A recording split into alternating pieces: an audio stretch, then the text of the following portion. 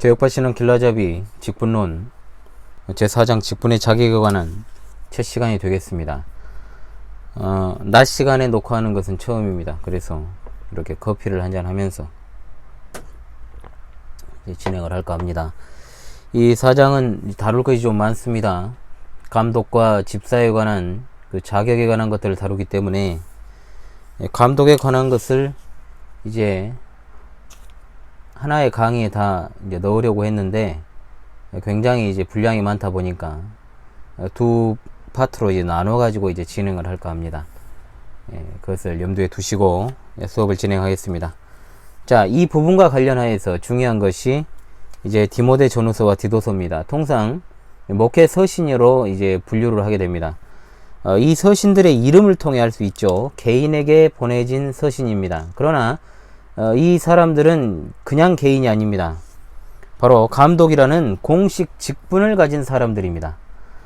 이 서신들의 목사가 감독으로서 이 교회에서 어떻게 이제 목양의 사명을 수행해야 하는가, 구체적인 원리가 여기에 이제 담겨 있죠. 디모데전서 3장 1절로 13절의 말씀은 이제 감독과 집사 직분에 대한 말씀입니다. 시간 관계상 이 부분을 읽지는 않겠습니다. 교과서와 성경을 참조하여 주시면 되겠습니다. 자, 이 부분은 분명 직분에 대한 내용입니다. 이 주어진 디모데전서 3장 1절로 13절의 말씀을 전제로 근거하여 4장 수업을 진행하도록 합니다. 자, 감독은 신약교회의 시작부터 매우 중요한 직분이었습니다.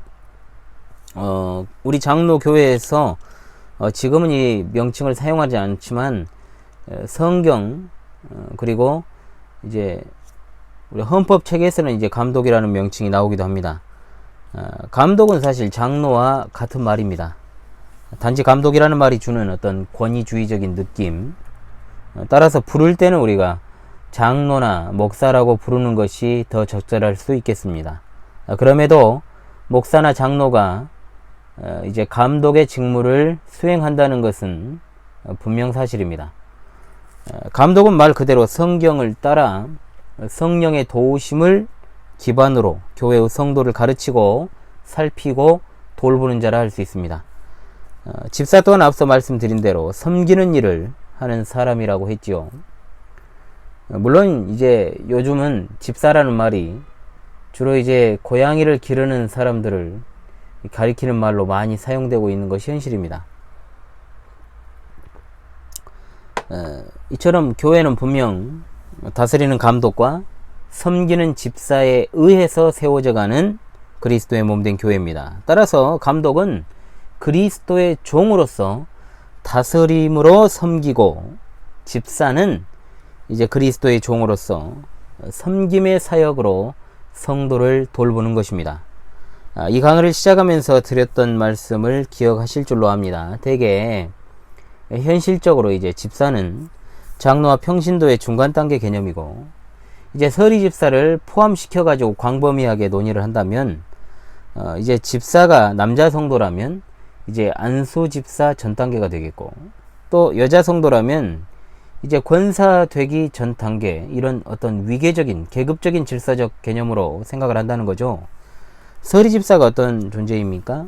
집사의 유고 시에 그 직을 대신하거나 또는 필요에 의해 합당한 자를 세워서 그 집사 직무를 감당하게 하는 직분. 그럼에도 불구하고 이 서리 집사라는 것이 세신자 단계를 벗어난 이제 어느 정도 정착된 이들에게 부여하는 직분이 되어버렸습니다. 제 경험으로 교인의 절반 이상이 이제 서리 집사직을 가지고 있는 그런 경우도 상당히 많았습니다. 자, 그렇다면 자, 감독의 자격에 대해서 이제 먼저 살펴보죠. 감독의 기본 전제가 나옵니다. 그것은 바로 선한 일을 사모해야 한다는 겁니다. 자, 선한 일이란 것은 누가 봐도 누구나 알고 있는 도덕적으로 선한 일을 가리키는데, 감독은 바로 그런 선한 일을 사모해야 한다는 것입니다. 사모한다는 말은 강렬하게 원한다 라는 이런 뜻이 담겨 있는 말입니다.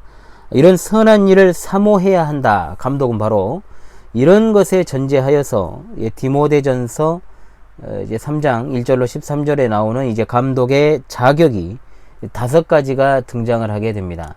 이 5가지의 요목들을 한번 살펴보도록 하죠. 첫째입니다. 책망할 것이 없어야 합니다.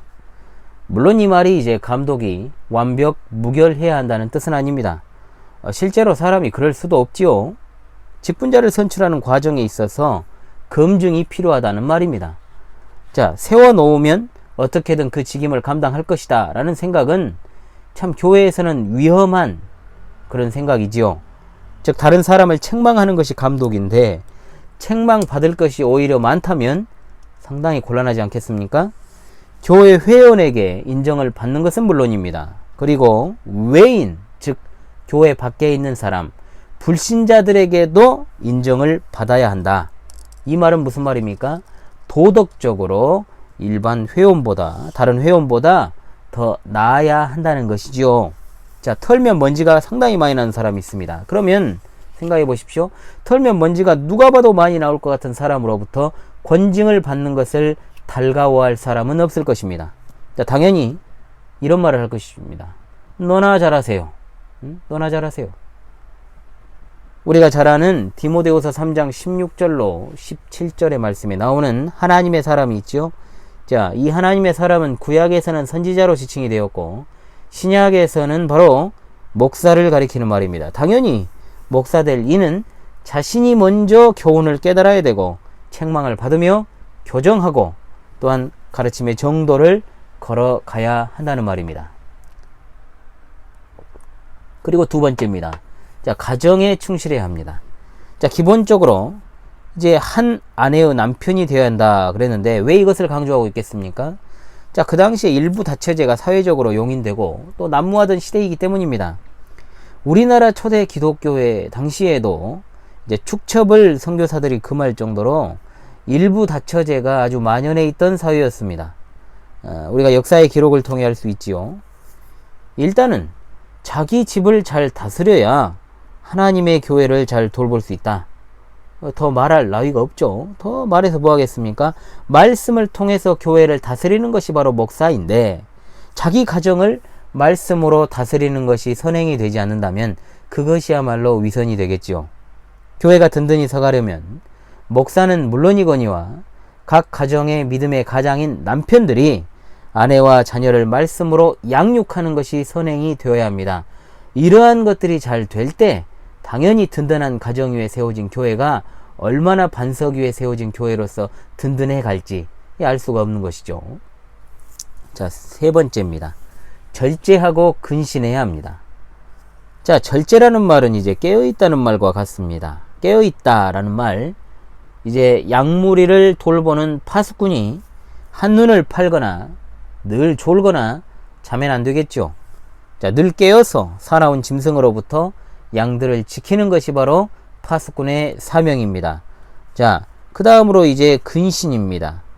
근신이란 말에 이제 한자어 우리의 이제 단어 용례상, 이것은 이제 말이나 행동을 삼간다는 것인데 원어의 용례상 이것은 의미가 좀 다릅니다.